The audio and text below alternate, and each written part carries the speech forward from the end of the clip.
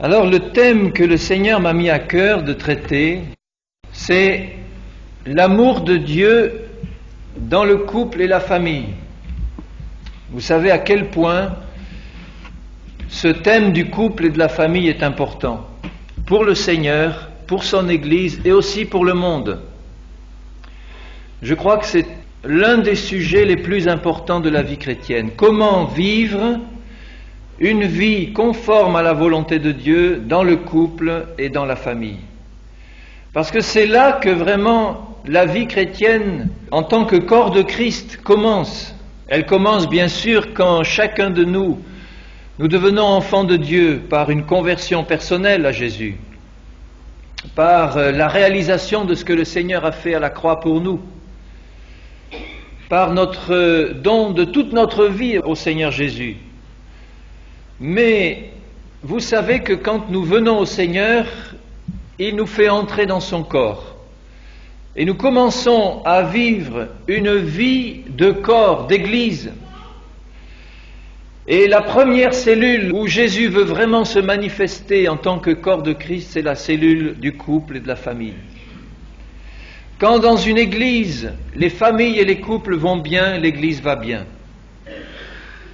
Et l'ennemi de nos âmes a pour objectif numéro 1, ou dans l'un de ses objectifs numéro 1, la destruction des couples et des familles.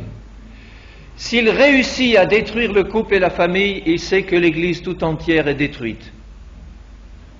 Et cela ne sert à rien d'essayer de répandre le témoignage de l'Évangile autour de nous s'il n'est pas mis en pratique déjà dans le foyer et dans le couple. Quel témoignage pouvons-nous donner si nous disons à ceux qui nous entourent « Venez, Jésus transforme nos vies, Jésus transforme les foyers, les couples ».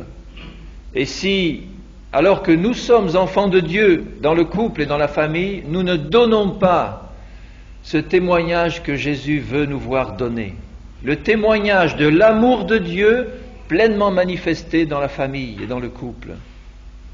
Et c'est cela que Jésus veut faire. Alors, nous allons voir pendant cette semaine beaucoup de choses et je réalise d'une part la difficulté à traiter ce thème et même l'incapacité personnelle à apporter tout ce qu'il y a à donner sans la grâce du Seigneur. Et je compte vraiment sur vos prières et votre intercession. Je vous remercie déjà d'avoir commencé, mais je compte sur vos prières pour que le Seigneur me donne toute la grâce nécessaire pour dire avec clarté et assurance et force, et aussi avec amour, tout ce qu'il y a à dire. Parce que je suis décidé à tout dire, à aborder les problèmes les plus délicats. Et vous savez combien ils sont nombreux dans ce domaine. Je suis sûr que c'est dans le domaine du couple et de la famille que nous avons sur cette terre les plus grandes joies humaines et que nous avons aussi les tragédies les plus grandes, les souffrances les plus fortes. Alors vous voyez l'importance de ce thème et l'importance de nos prières et de vos prières pour moi, pour nous tous, pour que nos cœurs soient aussi ouverts pour comprendre et accepter ce que le Seigneur veut que nous entendions.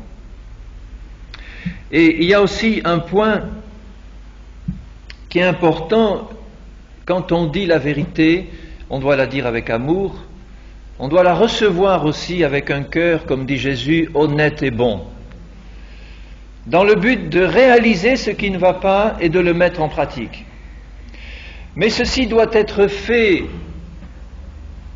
sans esprit de jugement. Quand le Seigneur nous révèle sa lumière et sa vérité, il nous montre d'abord ce qui ne va pas dans notre propre vie, il nous montre aussi ce qui ne va pas dans la vie des autres, puisque nous avons reçu la lumière, et là, il nous demande de faire preuve d'amour et d'éliminer de nos vies tout esprit de jugement. Quand nous voyons ce qui ne va pas chez nous, C'est peut-être là que nous devrions exercer notre esprit du jugement. Si nous nous jugions nous-mêmes, nous ne serions pas jugés. Quant aux autres, il est dit, ne jugez pas. On peut trouver un frère, une sœur en particulier, et lui dire, le Seigneur m'a mis à cœur de te parler d'un problème important. Est-ce que tu aurais un moment pour que nous puissions en discuter, dans la paix et dans l'amour? Et à ce moment-là, nous présentons ce que nous avons à cœur de présenter. Mais si nous sommes remplis d'un esprit de jugement et de dispute, ça va être épouvantable, aussi bien dans le foyer que dans l'Église. Si nous jugeons les autres en disant « Tu vois ça, le Seigneur m'a montré, il y a quelque chose qui ne va pas. Il faut que tu changes, hein. Il y va de la gloire de Dieu. » Un esprit de jugement comme ça va amener encore plus de détresse. Et nous avons besoin de tout l'amour du Seigneur pour mettre en pratique sa parole dans notre vie et dans l'Église. Alors demandons aussi au Seigneur dans nos prières qu'il nous remplisse de son amour pour mettre en pratique sa parole. Quand nous aborderons les points dont je vais vous présenter le plan, j'ai eu à cœur de demander au Seigneur, Seigneur, montre-moi dans tous ces problèmes qui parlent d'hommes, de femmes, de couples, d'enfants, de mariage, de divorce, etc. Montre-moi et montre-nous quel est ton plan parfait dans tous ces domaines, dans tous ces problèmes. Quelle est ta volonté parfaite? Ce que nous voulons connaître, ce n'est pas le deuxième ou troisième ou quatrième plan de réserve que le Seigneur a de toute façon dans sa grande bonté pour nos vies, mais nous voulons chercher à savoir quelle est sa volonté parfaite, c'est-à-dire celle qui correspond le mieux à ce qu'il a vraiment dans son cœur, le Seigneur, pour nous, pour le couple et pour la famille. Et puis ensuite, nous verrons comment aborder les situations où nous n'avons pas été dans la volonté parfaite de Dieu, et comment nous pouvons compter sur la grâce de Dieu pour qu'il répare, même là, les brèches qui ont été faites. Alors voilà le plan que je vous propose. D'abord, pour commencer, un premier point qui concerne ceci, la place du couple et de la famille dans le plan de Dieu, dans le plan créateur de Dieu. Quelle est la place du couple et de la famille dans ce plan de Dieu? Et quelles sont aussi les exigences de Dieu en ce qui concerne le couple et la famille? Que désire le Seigneur? Dans un deuxième point, je parlerai d'un problème particulier. Avant de parler du mariage, de la famille, etc., je parlerai d'un problème particulier qui est celui du célibat et de la virginité. Le plan du Seigneur pour l'homme et pour la femme n'est pas toujours qu'il se marie et qu'il ait des enfants. Il se peut aussi que le Seigneur ait un appel particulier qu'il adresse à certains en ce qui concerne le célibat, accepté volontairement comme une demande de Dieu, et la virginité. En ce qui concerne la virginité, d'ailleurs, je ne me limiterai pas à l'étude de ce problème concernant le célibat de celui qui s'offre à Dieu pour se consacrer entièrement à Dieu. Bien sûr, lui doit rester vierge, mais aussi de la virginité avant la relation du mariage. Donc, ce deuxième point, célibat, virginité. Le troisième point, le mariage proprement dit, le couple. Donc nous verrons l'engagement du mariage dans les fiançailles, le mariage proprement dit, la relation de couple, époux-épouse, sur le plan spirituel, sur le plan de l'âme et sur le plan du corps. Donc nous parlerons aussi de tout ce qui touche aux problèmes sexuels dans la vie du couple. Là, il y aura beaucoup de choses à dire sur tout ce qui touche le mariage, le couple, mari et femme. Dans un quatrième point, les enfants. relation parents-enfants, éducation des enfants, et aussi un point important, la contraception et l'avortement. Un cinquième point, l'adultère. J'ai eu à cœur de traiter à part ce sujet, de consacrer peut-être une réunion entière sur ce sujet, parce que c'est un point vraiment, vraiment capital. Jésus a dit, il suffit que tu regardes avec un désir de convoitise une femme ou un homme dans ton cœur pour que tu aies déjà commis l'adultère. Et nous devons comprendre l'importance qu'il y a à éliminer complètement ce péché de notre vie. Et le diable essayera, s'il n'arrive pas à nous faire commettre physiquement l'adultère, il essayera de nous entraîner dans un adultère spirituel qui a des conséquences aussi graves pour la progression spirituelle. Nous devons apprendre à éliminer de notre vie la convoitise des yeux et la convoitise de la chair.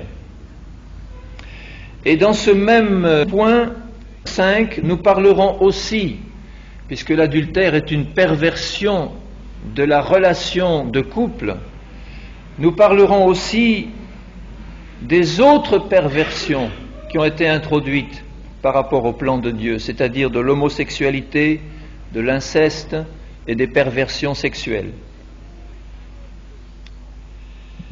Dans un sixième point, je voudrais parler de tout ce qui est séparation, divorce, remariage. Alors voyez-vous, ça fait beaucoup de choses. Et il y a des choses difficiles et dures à dire et à écouter.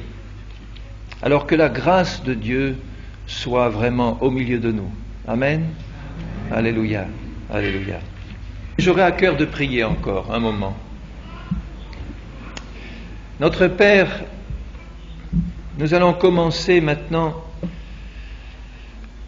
l'étude de ces points et tous ensemble nous tournons nos regards vers toi. Nous ouvrons vraiment nos cœurs à ta grâce. J'ai besoin de toi, Seigneur, et nous avons tous besoin de toi, soit pour parler, soit pour écouter, et pour recevoir dans un cœur honnête et bon ce que tu veux nous dire.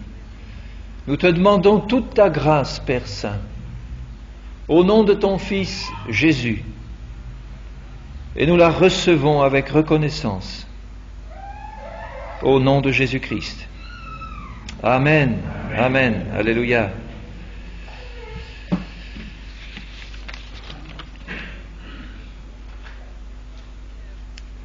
Alors ce premier point annoncé, la place du couple et de la famille dans le plan de Dieu, le plan créateur de Dieu.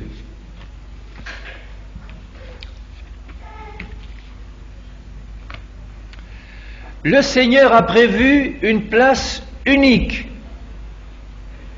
pour le couple et la famille dans son plan créateur.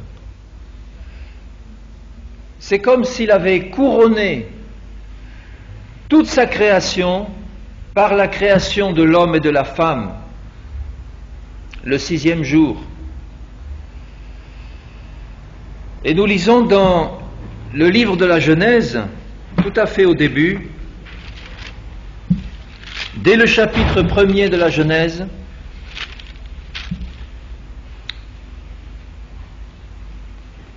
au verset 27, Genèse 1, 27.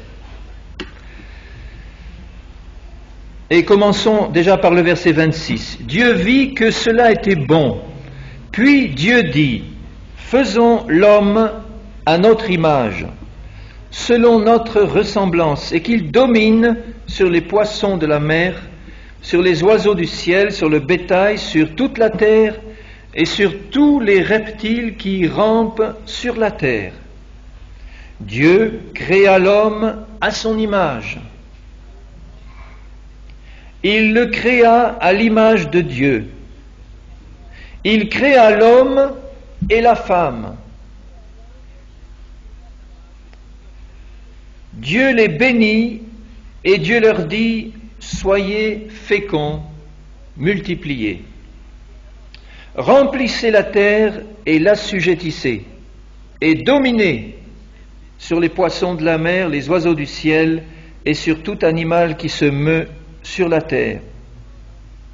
Et à la fin du verset 30, il est dit, et cela fut ainsi, Dieu vit tout ce qu'il avait fait, et voici, cela était très bon.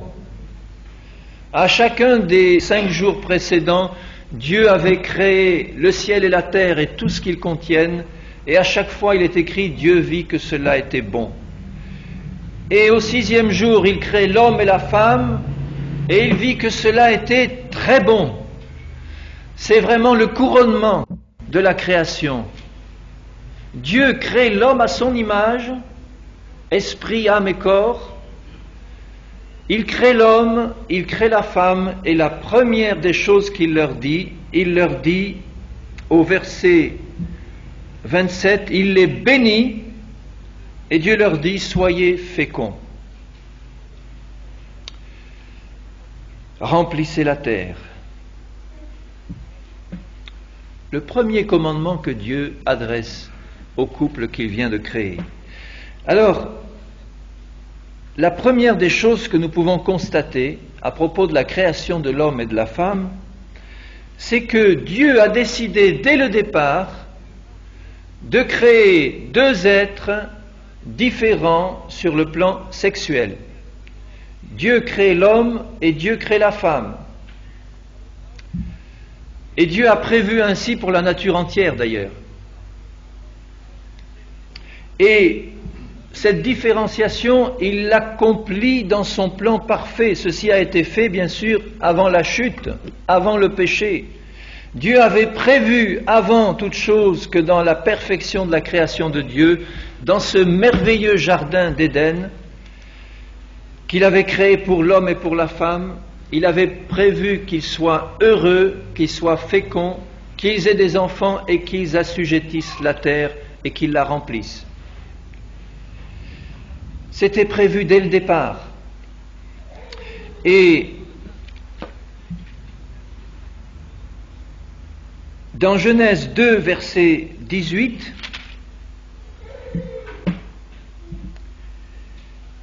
Dieu dit, « Il n'est pas bon que l'homme soit seul. Je lui ferai une aide semblable à lui. »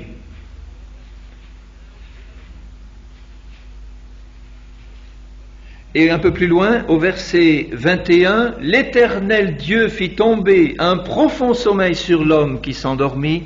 Il prit une de ses côtes, referma la chair à sa place. L'Éternel Dieu forma une femme de la côte qu'il avait prise de l'homme, et il l'amena vers l'homme. Et Dieu dit, voici cette fois celle qui est os de mes os et chair de ma chair. On l'appellera femme parce qu'elle a été prise de l'homme. C'est pourquoi l'homme quittera son père et sa mère et s'attachera à sa femme, et ils deviendront une seule chair. » Versets 23 et 24. Donc, différenciation prévue par Dieu, voulue par Dieu, dès le départ entre l'homme, créé le premier, la femme tirée de l'homme, et qui, dans le plan de Dieu, doit être une aide semblable à l'homme. Et ne croyez pas, mes sœurs bien-aimées, que ce soit péjoratif dans le cœur du Seigneur d'être l'aide que Dieu a prévue pour l'homme. Parce que le propre d'une aide, c'est d'aider. Et celui qui est aidé, ça veut dire qu'il en a besoin. Et ça veut dire qu'il ne pourrait pas faire les choses qu'il a à faire s'il n'est pas aidé. Donc dans le plan créateur de Dieu, cette hiérarchie au sens divin, et pas au sens humain du terme qui est dégénéré par le péché, mais cet ordre divin qu'il a créé, Dieu, entre l'homme et la femme, n'est pas un ordre négatif et péjoratif quelque chose de négatif. Nous, quand nous parlons dans notre esprit humain de hiérarchie, il y a tout de suite une connotation négative. On voit le chef et celui qui est commandé, on voit le tyran et l'esclave, ou la hiérarchie militaire. Ce sont des choses qui ne sont pas très attirantes, mais dans le cœur de Dieu, il n'en est pas ainsi. La hiérarchie de Dieu est toujours fondée sur l'amour et le service. C'est ce que Jésus a fait, lui étant Dieu le Fils de toute éternité, qui a accepté de se rendre volontairement serviteur et esclave jusqu'à la mort, par amour.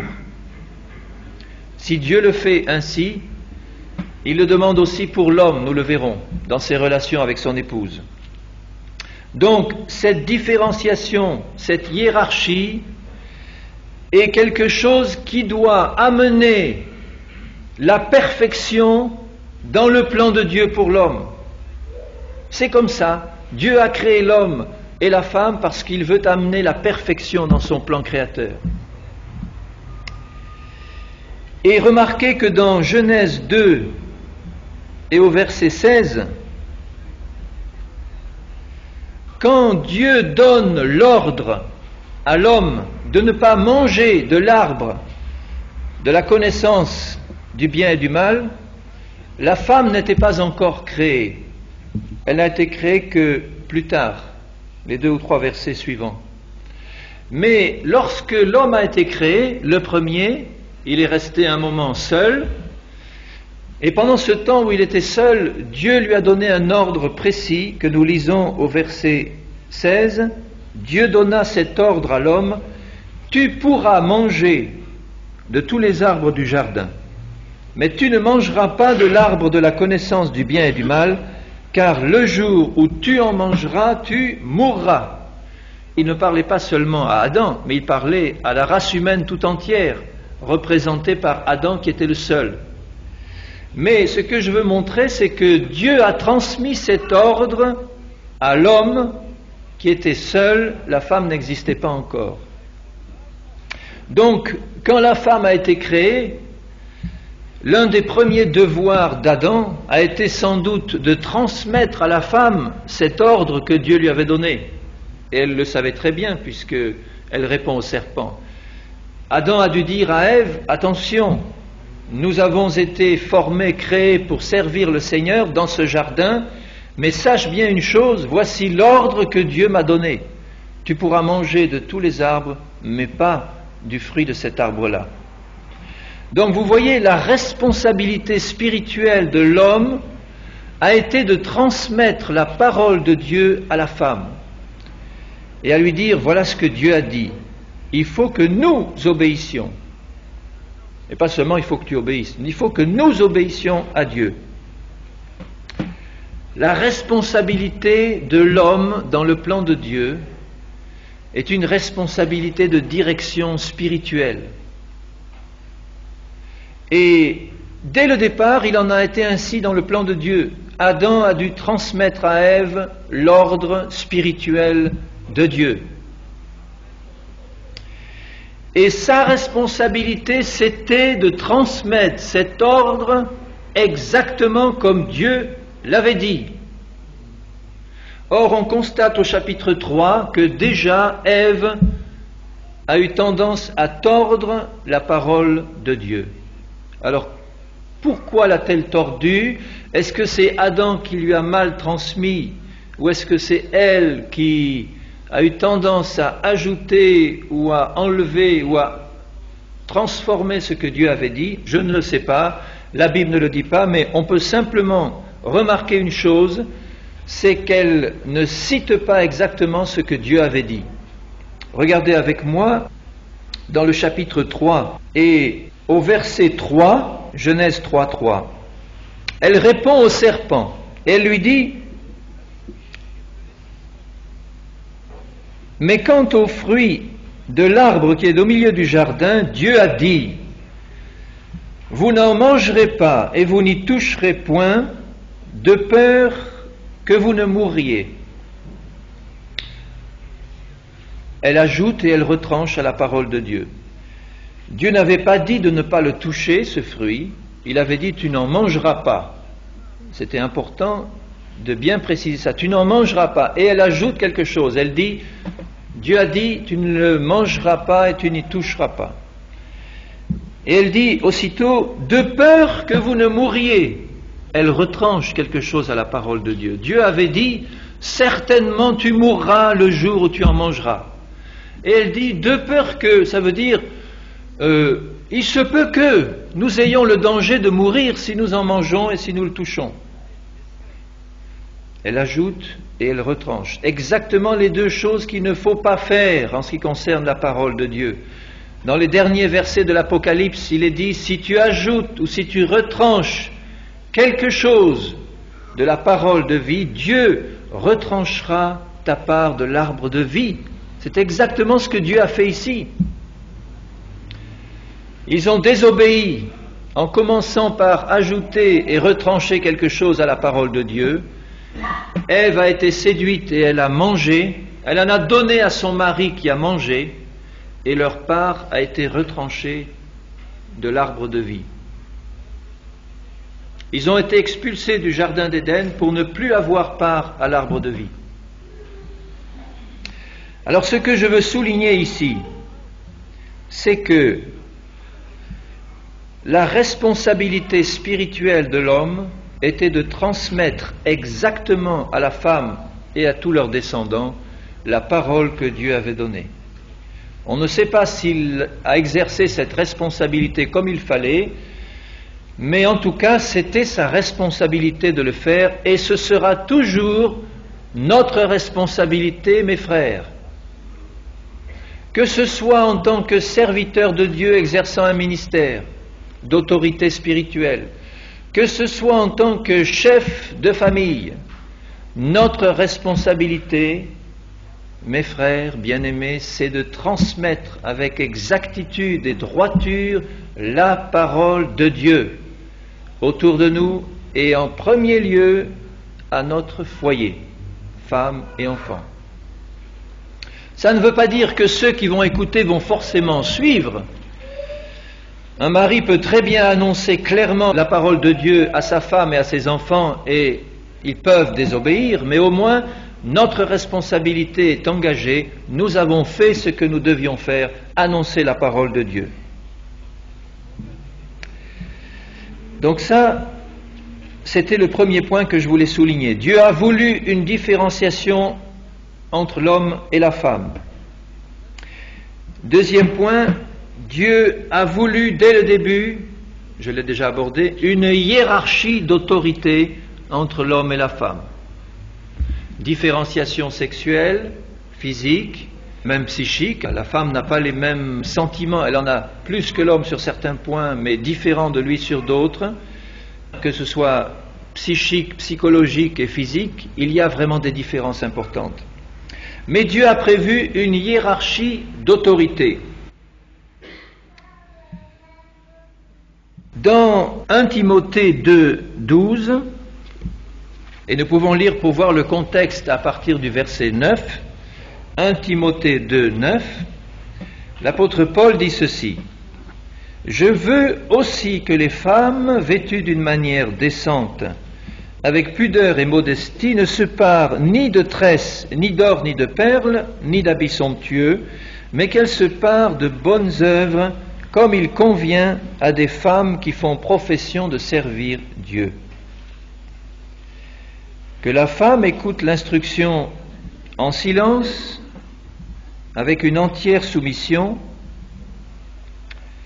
Je ne permets pas à la femme d'enseigner, et je pense qu'il s'agit là d'exercer un ministère d'enseignement, ni de prendre de l'autorité sur l'homme. Mais elle doit demeurer dans le silence. Ça ne veut pas dire, bien sûr, que nos chères sœurs doivent toujours garder la bouche fermée. Nous manquerions de bien des bénédictions si c'était le cas. Vraiment, je le pense, parce que vous avez, mes sœurs, à ouvrir la bouche pour annoncer aussi les oracles de Dieu. Mais là, ce qui est dit et l'esprit dans lequel c'est dit, je pense que l'apôtre Paul, inspiré par le Seigneur, dit ceci: « Je demande à la femme de rester à la place de soumission que Dieu a prévue dans son plan et de ne pas prendre d'autorité spirituelle sur l'homme, en exerçant sur lui un ministère d'autorité. » Et ceci est très important. Très important. Cela ne dispense pas l'homme d'exercer son ministère d'autorité, parce que le Seigneur n'est pas lié. Je veux dire qu'on ne peut pas mettre le Seigneur dans une petite boîte. On ne peut pas et on ne le pourra jamais. Et il y a eu des cas qui nous sont montrés dans la parole de Dieu où le Seigneur a dû faire lever des femmes parce que les hommes n'ont pas exercé leur responsabilité ou mal exercé. Et dans un foyer en particulier, quand l'homme, le chef de famille, celui qui doit exercer l'autorité spirituelle, n'exerce pas cette autorité par démission, eh bien il faut bien qu'il y ait quelqu'un pour l'exercer. Mais ça ne veut pas dire que la femme doit prendre autorité sur son mari, même dans ce cas-là. Elle doit exercer une autorité dans le sens, il faut qu'elle prenne la responsabilité d'apporter la parole de Dieu dans son foyer et à ses enfants, si le mari ne la porte pas. Mais ça ne veut pas dire qu'elle doit être dominatrice ou exercer autorité sur son mari parce que lui ne le fait pas. On aura l'occasion de le revoir quand on traitera ce thème. Mais là, ce que je veux simplement indiquer, c'est dans le plan créateur de Dieu. Dieu a prévu qu'il y ait une hiérarchie d'autorité entre l'homme et la femme. Et que cette hiérarchie s'exerce dans la soumission à la parole du Seigneur. L'homme doit être soumis à Dieu. La femme doit être soumise à l'homme, qui lui-même est soumis à Dieu. Donc elle est aussi soumise à Dieu, bien sûr, en tout premier. Mais il faut que cette soumission s'exerce. Et le mot de soumission n'est pas un mot agréable à entendre aujourd'hui. L'esprit de révolte n'est pas un esprit qui vient du Saint-Esprit. L'esprit de rébellion est un esprit qui vient de l'enfer. Et le mot que le Seigneur veut écrire avec un grand S, c'est le mot de soumission. Soumission de cœur à la parole du Seigneur. Et il n'y a aucun problème pour une épouse à être soumise de cœur à son mari quand celui-ci est pleinement soumis à la parole du Seigneur. Lisez avec moi ce qui est dit un peu plus loin, au verset 13 toujours de 1 Timothée 2. Car Adam a été formé le premier, Ève ensuite. Et ce n'est pas Adam qui a été séduit, c'est la femme qui, séduite, s'est rendue coupable de transgression. Et ceci est très important. Ce n'est pas Adam qui a été séduit, c'est Ève qui a été séduite. Elle a été séduite par le serpent qui l'a trompée en lui faisant croire un mensonge, en niant la parole de Dieu, en la séduisant, en lui montrant la beauté de ce fruit, en agissant sur la convoitise de la chair et des yeux, sur l'orgueil de la vie. Et Ève a été séduite, c'est-à-dire qu'elle a été trompée. Elle s'est laissée tromper. Mais Adam, lui, n'a pas été séduit. Il a péché en connaissance de cause, en sachant ce qu'il faisait. Donc, en d'autres termes, la femme a été séduite et l'homme a été rebelle. Et il y a dans la nature féminine une propension plus grande que l'homme à être séduite, à être trompé. Et il y a chez l'homme une propension plus grande à être rebelle. Parce que Adam savait ce qu'il faisait. Il n'a pas été séduit, lui. Pourquoi l'a-t-il fait? Peut-être ne voulait-il pas voir son épouse bien-aimée tomber dans la mort et lui rester seul, je ne sais pas. Il a accepter de manger ce fruit. Et si la femme a une propension plus grande à être séduite que l'homme, vous comprenez maintenant pourquoi Paul dit « Je ne permets pas à la femme d'enseigner et d'exercer une autorité spirituelle sur l'homme ». Parce qu'une femme qui a une propension à être séduite spirituellement, ça veut dire qu'elle va être ouverte plus facilement à des fausses doctrines. Et c'est la raison pour laquelle il est dangereux, il est plus risqué pour une femme d'enseigner.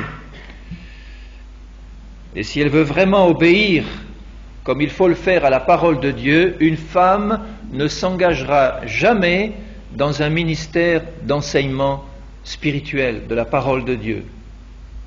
Ça ne veut pas dire qu'une femme ne doit jamais prêcher. Ce n'est pas cela qui est dit ici. Il y a une différence entre apporter une parole d'exhortation, apporter une parole de consolation, apporter une parole de prophétie. Tout ceci est parfaitement ouvert à la femme, sous le contrôle de l'Église et des responsables spirituels. Mais il y a une différence très grande entre faire cela et avoir un ministère d'autorité spirituelle, de docteur, d'enseignement dans l'Église.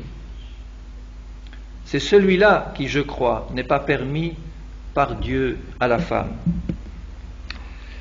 Et remarquez une chose, c'est que souvent les sectes ont été créées et dirigées par des femmes, que ce soit la théosophie avec Helena Blavatsky et les présidentes qui ont suivi de la société théosophique, qui ont toutes été des femmes, que ce soit la prophétesse des adventistes du 7e jour, que ce soit un certain nombre d'autres sectes qui ont été créées et dirigées par des femmes qui ont commencé à exercer un ministère d'enseignement, un ministère de direction spirituelle. Et à ce moment-là, la porte a été ouverte à la séduction. Et quand une porte qui ne devrait pas être ouverte, elle l'est, le diable en profite aussitôt. Et c'est aussi la raison pour laquelle il est si important que les maris exercent cette autorité spirituelle dans leur foyer.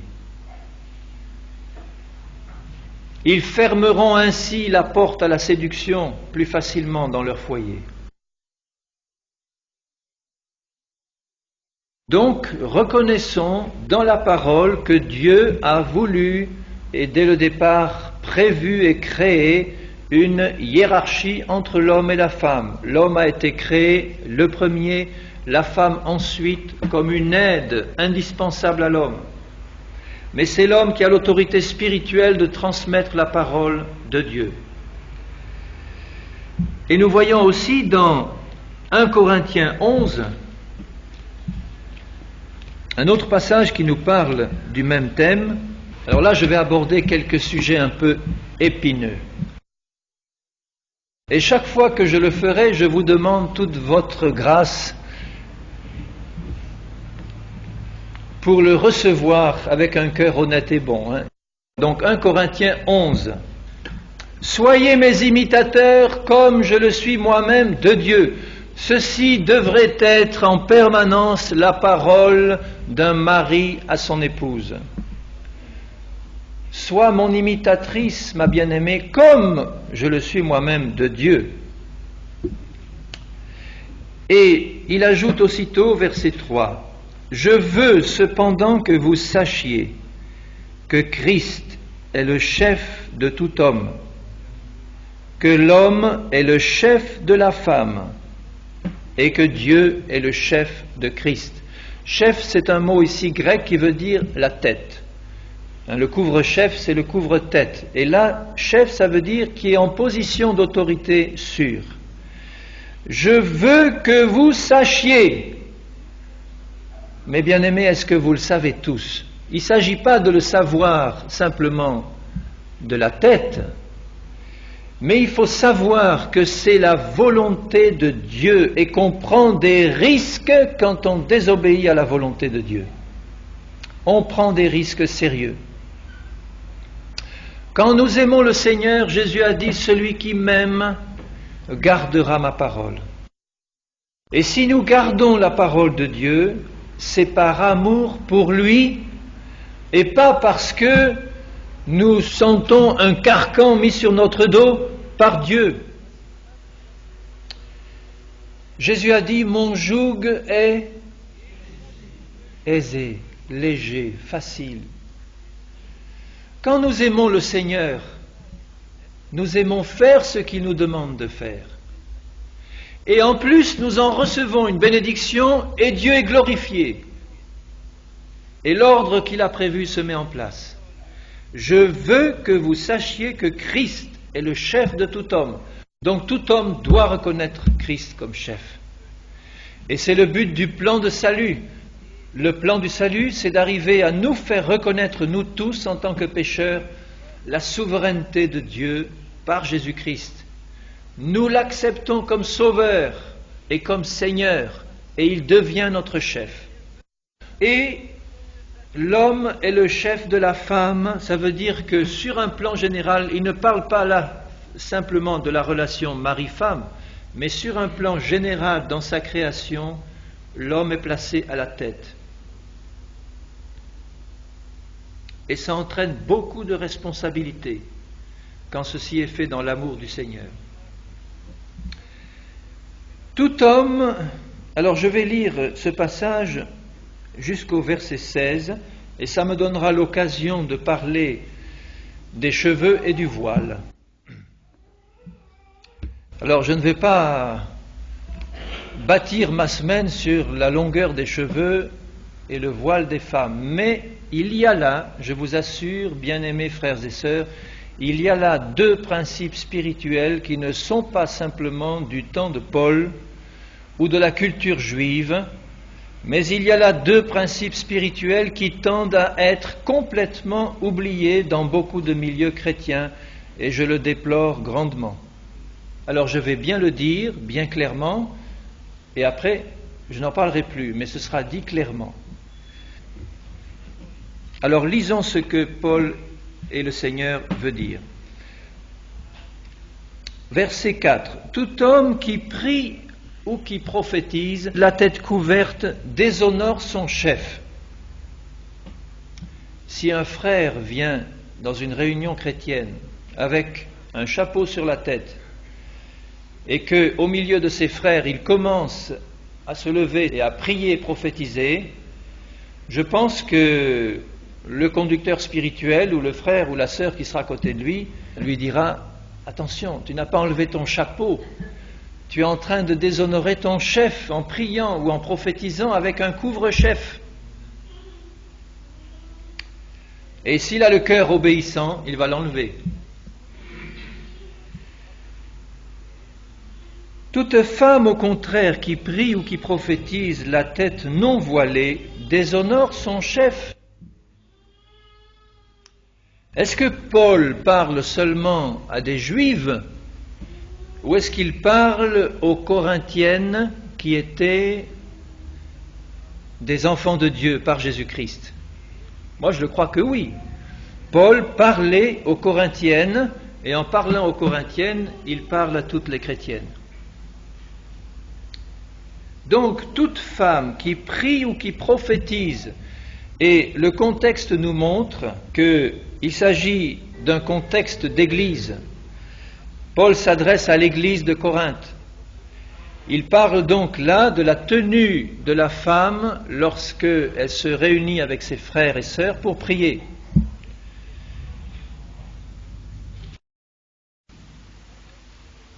C'est comme si elle était rasée. Une femme qui, dans une réunion d'église, je parle d'une femme chrétienne, qui prierait ou qui prophétiserait sans avoir la tête voilée, déshonore son chef, c'est comme si elle était rasée. C'était une honte d'être rasée à cette époque-là, c'était la tenue des prostituées, et il était très honteux de se montrer les cheveux rasés ou coupés. Et il était aussi honteux pour une femme de se présenter et de prier et de prophétiser sans avoir quelque chose sur la tête. c'était aussi honteux que d'être rasé, c'est-à-dire que d'être assimilé à une prostituée.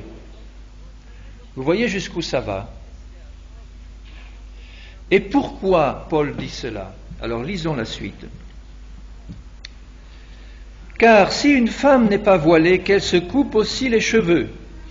Or, s'il est honteux pour une femme d'avoir les cheveux coupés et d'être rasée, qu'elle se voile. L'homme ne doit pas se couvrir la tête puisqu'il est l'image et la gloire de Dieu, tandis que la femme est la gloire de l'homme.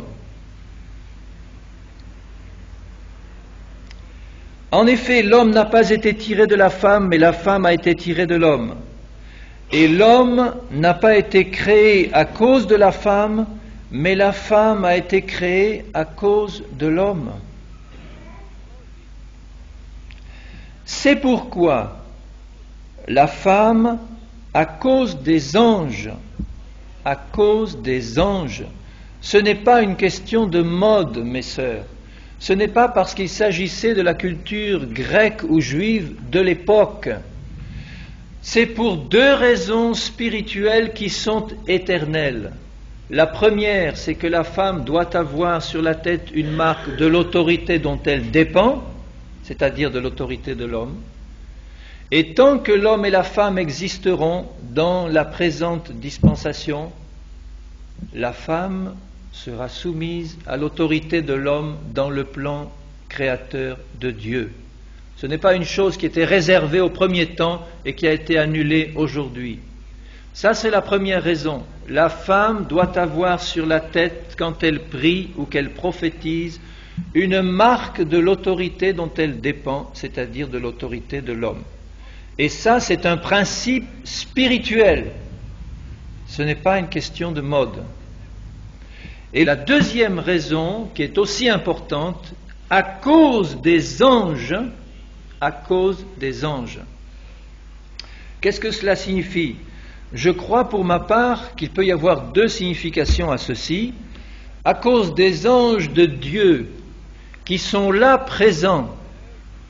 Chaque fois que nous nous réunissons au nom du Seigneur Jésus, Dieu lui-même est présent, Jésus est présent au milieu de nous. Mais il y a aussi les anges du Seigneur qui sont présents. Ceux qui ont été envoyés par Dieu pour exercer un ministère en faveur de ceux qui doivent hériter du salut.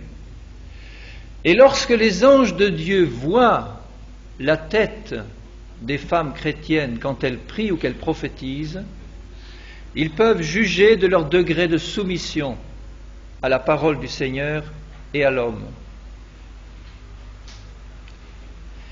Et il y a aussi les anges de Satan. Parce que si les démons et les anges de Satan voient des portes ouvertes ou des occasions de se glisser par une fente dans l'Église, ils le feront. Vous pourriez me dire, mais ça c'est une toute petite chose, c'est un petit détail. Ne nous attachons pas à des frivolités pareilles, la longueur des cheveux et le voile des femmes. Il y a des choses bien plus importantes dans la vie du couple et du foyer. Je ne suis pas venu ici pour entendre parler du voile et entendre parler de la longueur des cheveux des femmes. Peut-être que certains se disent cela. Je crois pour ma part que tout a une place dans le plan de Dieu. Et si Dieu a prévu que la femme chrétienne porte sur la tête, quand elle prie ou prophétise, un voile, à cause des anges, de Dieu et de Satan, c'est qu'il y a des conséquences positives ou négatives possibles. Il y a des attaques démoniaques qui se produiront sur une église où la parole de Dieu n'est pas respectée. Il y a des victoires qui ne seront jamais remportées si un petit détail n'est pas respecté. Un petit détail entre guillemets, parce que pour Dieu ce n'est pas un petit détail. Rappelez-vous l'histoire de Jéricho. Une ville entière avait été prise d'une manière surnaturelle, extraordinaire. Dieu avait dit, vous ne prendrez rien comme butin, un homme sur peut-être 800 000 guerriers, un homme avait volé quelques lingots d'or et un manteau. Il les avait cachés dans sa tente. Et à cause de ce petit détail, entre guillemets, le peuple tout entier a été vaincu dans la bataille suivante et ils ont laissé 30 morts sur le terrain. 30 morts qui n'auraient pas dû mourir parce qu'un homme a volé un peu d'or et un manteau et les a cachés sous sa tente. Nous appartenons à un corps. Nous sommes tous solidaires les uns des autres. Et je crois que le plan du Seigneur, c'est de nous montrer à quel point l'esprit de rébellion et l'esprit du monde entrent dans l'Église. Alors je ne dis pas cela ni dans un esprit de jugement, ni pour inciter nos sœurs à se mettre un voile sur la tête si elles n'en sont pas persuadées d'elles-mêmes. Là, on tomberait dans un système parfaitement légaliste, où il y aurait par exemple un conducteur qui dirait « Moi, je ne veux plus voir ici une sœur sans voile sur la tête, et sans cheveux de 25 cm de long. » Le pasteur qui ferait cela irait sans doute au-devant de grands troubles, de grands problèmes, évidemment. Il s'agit d'annoncer la parole de Dieu, de prier pour que le Saint-Esprit convainque de vérité et que chacun obéisse de bon cœur à la parole du Seigneur. Et là, la bénédiction de Dieu vient. Et si je me trouve dans une église où je vois des femmes prier et prophétiser sans voile, pour moi, ce sont de chères sœurs en Christ, et je ne vais pas les montrer du doigt en leur disant ou en faisant dire quoi que ce soit. Mais je vais commencer à intercéder pour que cette église ou cette sœur réalise et comprenne qu'il ne s'agit pas là d'une frivolité, mais d'un principe spirituel important. Je terminerai juste ce court passage au verset 14, toujours 1 Corinthiens 11, 14. « La nature elle-même ne nous enseigne-t-elle pas que c'est une honte pour l'homme de porter de longs cheveux, mais que c'est une gloire pour la femme d'en porter, parce que la chevelure lui a été donnée comme voile. » Et ce n'est pas le même mot en grec que le voile qui est annoncé précédemment. Là, il est dit la chevelure lui a été donnée comme couverture.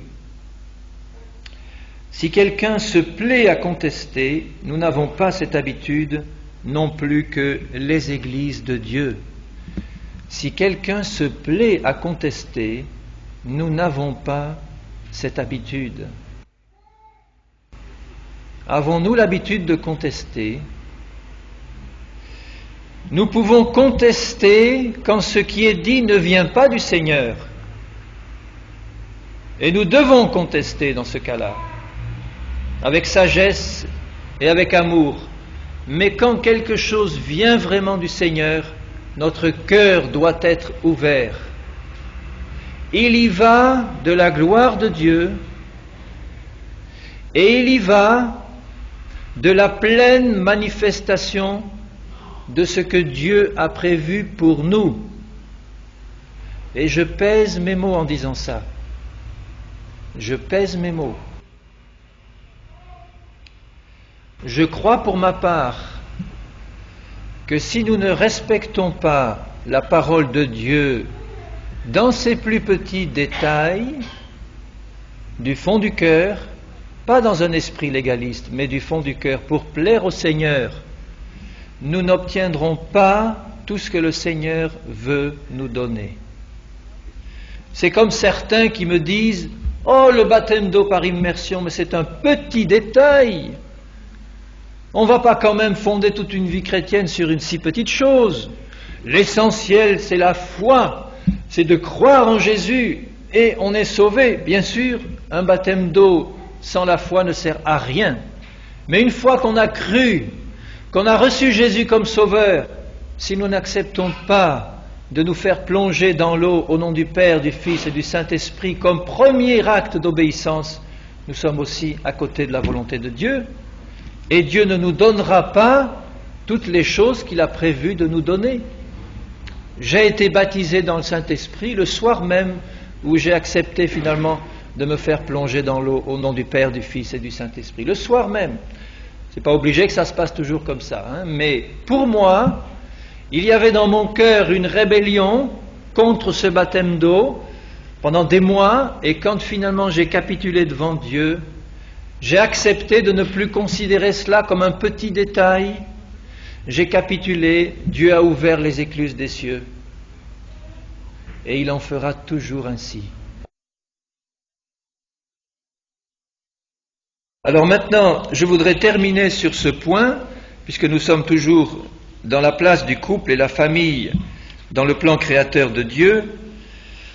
Le premier point, c'était la différenciation entre l'homme et la femme. Le deuxième, la hiérarchie d'autorité entre l'homme et la femme. Le troisième point que je voulais aborder devant vous, c'est montrer que c'est le péché qui a introduit le divorce et le germe de division au milieu du couple. C'est le péché qui a introduit la division et le divorce dans le couple et la famille. Donc si c'est le péché qui est la cause du problème, la solution, elle est évidente, c'est la repentance de ce péché et le retour au Seigneur et à la pratique de sa parole dans un esprit d'obéissance. Et nous voyons dans Genèse 3 ce qui est écrit à ce sujet. Genèse 3. Je dis souvent et je redirai toujours, et je le répète ici ce soir devant vous, le problème numéro 1 de la vie des chrétiens, ce n'est pas de chasser les démons de leur vie ou de délier des liens démoniaques. Ce n'est pas ça le problème numéro 1. Le problème numéro 1, c'est celui du péché et c'est celui de la désobéissance à la parole du Seigneur. Et c'est la raison pour laquelle le diable et ses démons peuvent mettre des liens et peuvent influencer nos vies. Et si nous prenons le problème par le bon bout, c'est-à-dire la repentance du péché et l'obéissance au Seigneur, à ce moment-là, les choses étant bien en règle, si tout n'est pas réglé par la repentance et s'il reste encore des liens à trancher, on est en bonne position spirituelle pour le faire et on est sur un bon terrain pour le faire. Mais il faut commencer par la repentance du péché.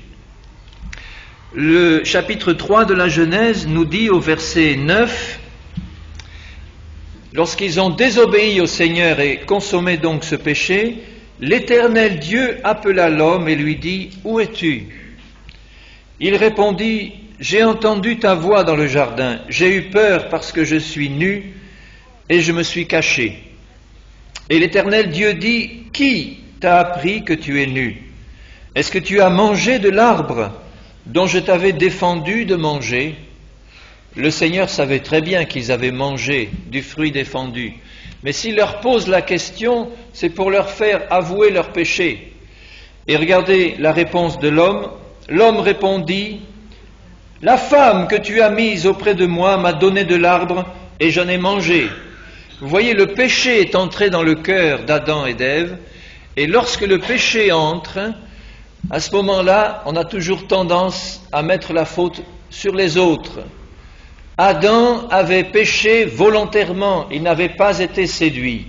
Et au lieu de dire « Seigneur, oui, j'ai péché, je reconnais mon péché », tout de suite il essaye de se justifier et de rejeter la faute sur la femme. Évidemment, c'est elle qui a été séduite la première, mais c'est lui qui a aussi péché et qui a accepté volontairement de manger ce fruit défendu. Au lieu de reconnaître son péché, il met la faute sur le dos de la femme. Ça prouve que le péché a déjà provoqué et causé son œuvre de mort, de division. Déjà, il y a une dispute, une accusation de l'homme contre sa femme. C'est à cause d'elle que je suis comme ça. Et la femme en fait autant. Au verset 13, l'Éternel Dieu dit à la femme, « Pourquoi as-tu fait cela ?» La femme répondit, « Le serpent m'a séduite et j'en ai mangé. » Elle aussi ne reconnaît pas son péché, elle met son péché sur le dos du diable. Évidemment, le diable était dans le jardin d'Éden Il avait eu la permission du Seigneur d'être présent dans le jardin pour tester, pour mettre à l'épreuve la fidélité de l'homme et de la femme. Et il en sera toujours ainsi, mes bien-aimés frères et sœurs, tant que nous ne serons pas pour l'éternité en présence de Dieu. Le Seigneur donnera toujours la permission au diable ou à ses démons de venir nous tester dans notre fidélité au Seigneur. Sinon, notre engagement n'aurait aucune valeur. S'il n'y avait aucune tentation, aucune épreuve, aucune possibilité même de péché, notre engagement envers Dieu n'aurait aucune valeur, aucune puissance. Ce qui donne de la force à notre engagement envers Dieu, c'est ce oui que nous lui avons dit et cette possibilité de lui dire non. Et en choisissant de dire oui, en refusant de dire non, nous donnons vraiment de la valeur à notre engagement. Il en est de même entre l'engagement d'un mari envers sa femme ou de sa femme envers son mari. Nous le verrons quand nous étudierons les relations dans le couple. C'est un engagement libre qui peut se défaire si l'un et l'autre ou l'un ou l'autre le choisit. Mais ce qui donne de la valeur à cet engagement, c'est qu'ils choisissent ensemble de dire oui. Et là, le péché est entré, la mort est entrée, et avec le péché, le besoin de se justifier, le besoin de mettre la faute sur les autres. Et mes bien-aimés frères et sœurs et amis qui êtes là, la voie royale par laquelle le Seigneur peut entrer dans nos cœurs, c'est celle de la repentance. Celle d'accepter de reconnaître notre responsabilité et pas celle des autres. Notre responsabilité, c'est nous qui sommes responsables. Et si les autres ont leur part de responsabilité, c'est à eux d'accepter la conviction que le Seigneur veut leur donner. Mais ce n'est pas à nous de les pointer du doigt en disant « vois cela ». Évidemment, il y a un travail de redressement, d'exhortation, de conduction spirituelle. On peut mettre le doigt sur le péché des autres quand le Seigneur nous le montre par amour pour les exhorter et les conduire, mais pas dans l'esprit où là, Adam et Ève le font, pour reporter la faute sur l'autre et ne pas reconnaître leur propre péché. Alors veillons à cela, et nous y reviendrons aussi plus tard. Il est important que chacun reconnaisse son péché dans tous les problèmes que nous avons à rencontrer dans la vie du couple et dans la vie de la famille.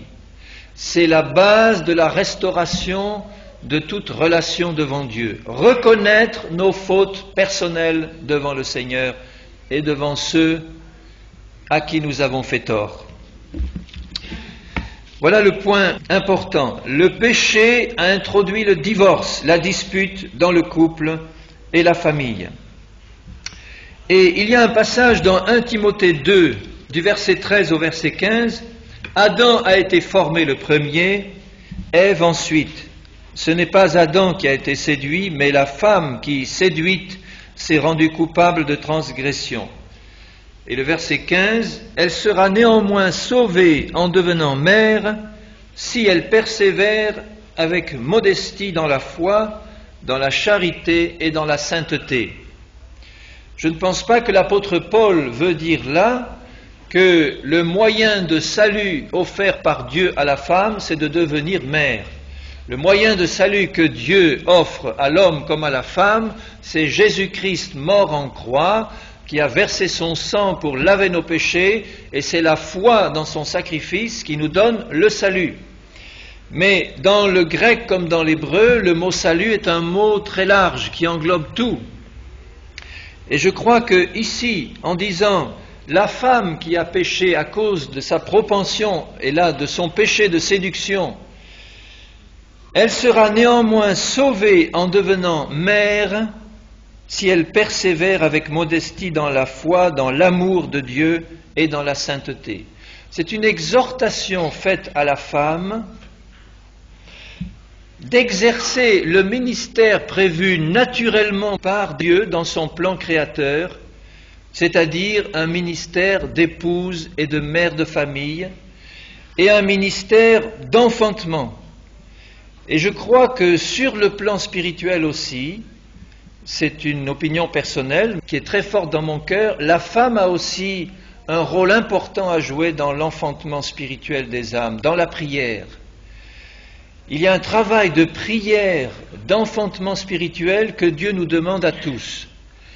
Mais je crois que nos sœurs en Christ ont aussi un ministère très particulier dans ce domaine, parce que naturellement par Dieu, la femme a un rôle de mère.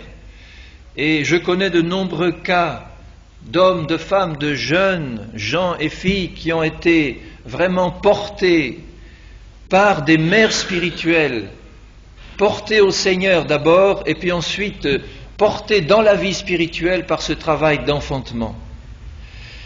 Et là, mes bien-aimées sœurs, ne renoncez pas à ce ministère béni d'enfantement spirituel. Nous aussi, nous sommes appelés à être des pères spirituels, des pères au sens où Paul le disait, « Ne suis-je pas votre père, ne vous ai-je pas enfanté dans le Seigneur ?» Mais nos sœurs ont un ministère tout particulier dans ce domaine et qui leur permettra d'assurer pleinement ce salut qui leur a été donné dans le sang de Jésus et dans la foi en Christ. Persévérer avec modestie dans la foi, dans l'amour et dans la sainteté. Le quatrième point, c'est que tout au long de la parole de Dieu, nous voyons une sollicitude particulière de Dieu pour les familles. Il y a des promesses particulières pour la famille. Il y a une sollicitude ou une bénédiction que Dieu veut faire reposer de manière particulière sur les couples et les familles. Et des promesses spéciales que Dieu donne aux familles. Et je citerai juste quelques cas, positifs ou négatifs, qui nous montrent l'importance de la famille dans le plan de Dieu et l'importance de l'exercice des responsabilités familiales par le père, la mère dans la famille. Dans le cas de Noé, par exemple, dans Genèse 7:1, l'Éternel dit à Noé, « Entre dans l'arche, toi et toute ta maison, car je t'ai vu juste devant moi parmi cette génération. » Et au verset 7, Noé entra dans l'arche avec ses fils, sa femme et les femmes de ses fils pour échapper aux eaux du déluge. C'est Noé qui avait été vu juste par Dieu. Dieu ne dit pas que sa femme et ses enfants ont été vus juste par lui, mais c'est Noé qui a été vu juste par Dieu, et Dieu lui dit « Entre dans l'arche, toi, ta femme, tes fils et les femmes de tes fils, donc toute ta famille. » Et c'est toute la famille de Noé qui a été sauvée du déluge, de la destruction. Un peu plus loin, nous voyons le cas de Lot dans Genèse 19. Lot avait choisi une part qui n'était pas la meilleure. Il avait choisi d'habiter dans la vallée riche et fertile, et puis il s'était rapproché de Sodome et de Gomorrhe, et il avait fini par habiter dans cette ville impie. Mais il est dit au verset 12 du chapitre 19, lorsque les anges envoyés par Dieu pour détruire Sodome et Gomorrhe veulent sauver Lot du désastre, les hommes dirent à Lot, « Qui as-tu encore ici? Gendre, fils et filles, et tout ce qui t'appartient dans la ville, fais-les sortir de ce lieu. Car nous allons détruire ce lieu parce que le cri contre ses habitants est grand devant l'Éternel. L'Éternel nous a envoyés pour le détruire. » Lot sortit et parla à ses gendres qui avaient pris ses filles. « Levez-vous, dit-il, sortez de ce lieu, car l'Éternel va détruire la ville. » Mais aux yeux de ses gendres, il parut plaisanter. Le plan de Dieu, c'était de sauver Lot et toute sa famille, sa femme, ses filles qui avaient épousé donc des hommes de la ville, et aussi les deux autres filles qui n'étaient pas mariées. Mais les gendres et les filles qui étaient mariées donc avec eux ont été détruits. La femme de Lot, qui avait pris le bon chemin du salut, s'est retournée, elle a été changée en statue de sel et perdue. Et Lot, seul avec ses 2 filles célibataires, a été sauvé. Mais vous voyez que le plan de Dieu, c'était là encore de sauver toute la famille, toutes celles qui voulaient accepter de venir. Un peu plus loin, nous voyons le cas de Rahab, la prostituée. Dans Josué chapitre 2, Rahab était une prostituée qui habitait sur les murailles de Jéricho. C'était une femme de mauvaise vie, une prostituée qui est pourtant devenue l'une des ancêtres du Seigneur Jésus par, disons, son père adoptif Joseph. Et il nous est dit dans ce passage que Rahab voulait sauver sa famille. Et elle a reçu du Seigneur une promesse particulière au verset 13 du chapitre 2.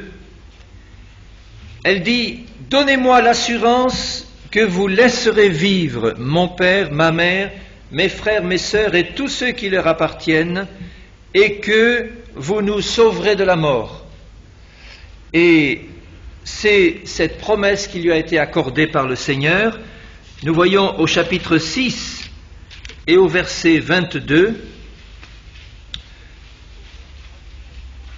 Josué dit aux 2 hommes qui avaient exploré le pays, « Entrez dans la maison de la femme prostituée, faites-en sortir cette femme et tous ceux qui lui appartiennent comme vous lui avez juré. » Tous ceux qui ont accepté d'entrer dans la maison de Rahab ont été sauvés ce jour-là. Et le dernier exemple que je donnerai, il est dans Exode 12. Au moment de la sortie d'Égypte, lorsque l'ange destructeur devait passer dans le pays pour détruire tous les premiers-nés, Dieu dit ceci, au chapitre 12, verset 1er. « L'Éternel dit à Moïse et à Aaron dans le pays d'Égypte, « Ce mois-ci sera pour vous le premier des mois. Il sera pour vous le premier des mois de l'année. Parlez à toute l'assemblée d'Israël et dites, « Le 10e jour de ce mois, on prendra un agneau pour chaque famille. Un agneau pour chaque maison. Et si la maison est trop peu nombreuse pour un agneau, on le prendra avec son plus proche voisin selon le nombre des personnes. » Et nous voyons un peu plus loin que tous ceux de la famille ont pris refuge dans la maison parce qu'elle était couverte du sang de l'agneau. C'était toute la famille qui était sous la protection du sang de l'agneau, tous ceux qui ont voulu rester dans la maison au moment où l'ange destructeur est venu. Et là, dans ces différents passages, nous voyons la sollicitude de Dieu pour les familles. Quand nous sommes justes devant Dieu, déclarés justes par le sang de Jésus, nous avons des promesses particulières pour le salut de toute notre famille. Bien entendu, il va falloir qu'ils acceptent, eux, de venir au Seigneur, mais ils vont pouvoir être travaillés par l'Esprit du Seigneur d'une manière toute particulière et toute spéciale, parce que nous avons des promesses spéciales. Et je n'en citerai ici qu'une, c'est dans le livre des Actes, au chapitre 16, le geôlier de Philippe, Actes chapitre 16. Lorsqu'il y a un grand tremblement de terre et que le geôlier arrive épouvanté, qu'il veut se suicider, et Paul lui dit « Arrête, nous sommes tous là ». Et il lui annonce l'évangile, ainsi qu'à tous ceux qui étaient dans sa maison. Alors au verset 29, « Alors le geôlier, ayant demandé de la lumière, entra précipitamment, se jeta tout tremblant aux pieds de Paul et de Silas. Il les fit sortir et dit « Seigneur, que faut-il que je fasse pour être sauvé ?» Quelle belle question. Que faut-il que je fasse pour être sauvé? Paul et Silas répondirent, « Crois au Seigneur Jésus, et tu seras sauvé, toi et ta famille. » Combien nous devons nous accrocher à cette promesse-là? Même s'il n'y avait que ce seul verset dans la parole de Dieu pour nous montrer une promesse particulière de Dieu pour nos familles, cela suffirait. Rappelez-vous, en ce qui concerne l'onction d'huile pour les malades, qu'il n'y a qu'un seul passage dans Jacques chapitre 5 où il est fait une promesse spéciale à propos des malades dans l'Église, qui seront oints au nom du Seigneur par les anciens de l'Église, qui prieront pour eux la prière de la foi, et la promesse de Dieu c'est « et ces malades seront guéris ». Dieu les relèvera. Et s'ils ont commis des péchés, il leur sera pardonné. Un seul verset dans toute la parole de Dieu qui donne une promesse de Dieu pour les malades chrétiens par l'onction d'huile et la prière de la foi. Et ce seul verset est suffisant pour être mis en pratique dans l'Église, et nous voyons chaque jour, je dirais, dans l'Église, Dieu exaucer ce simple verset, et des malades guéris par l'onction d'huile et la prière de la foi. Et nous avons là un verset qui a autant de puissance et de force, parce que c'est la parole de Dieu. Crois au Seigneur Jésus, tu seras sauvé, toi et ta famille. Et nous en connaissons des exemples nombreux, de pères, de mères qui ont intercédé pour leurs enfants, de maris ou de femmes qui ont intercédé pour leurs conjoints et qui, quelquefois, après des dizaines d'années, les ont vus venir au Seigneur, ou quelquefois ne les ont pas vus, mais ils se sont convertis après leur mort et les autres l'ont vu. Alors ne perdons pas courage, nous avons des promesses toutes spéciales de Dieu pour la famille. Dieu a créé l'homme et la femme, Dieu a prévu que dans son plan créateur, ils deviennent mari et épouse, qu'ils aient des enfants, parce que Dieu veut sauver la famille tout entière. Amen. Amen. Alléluia. Alors attachons-nous à ces promesses. Je vais rester là en ce qui concerne mon premier point, la place du couple et de la famille dans le plan créateur de Dieu. On aura l'occasion de revenir sur le couple et la famille, mais déjà, si j'ai pu affermir dans votre cœur cette assurance que Dieu a un plan tout particulier pour le couple et la famille, je lui rends gloire. Notre Père, nous voulons vraiment te bénir, te louer, te remercier parce que tu nous as laissé une parole qui est éternelle. Tu as dit toi-même, Seigneur, que pas un trait de lettre, un iota de ta parole ne passera, que tout ne soit accompli. Ce que nous te demandons, Seigneur, c'est d'ouvrir vraiment tout grand nos cœurs à ta parole, à ton amour, à tes plans parfaits, pour que ton nom soit glorifié et que nous puissions te voir pleinement manifesté au milieu de nous. Au nom de Jésus, nous t'en remercions, Père. Amen.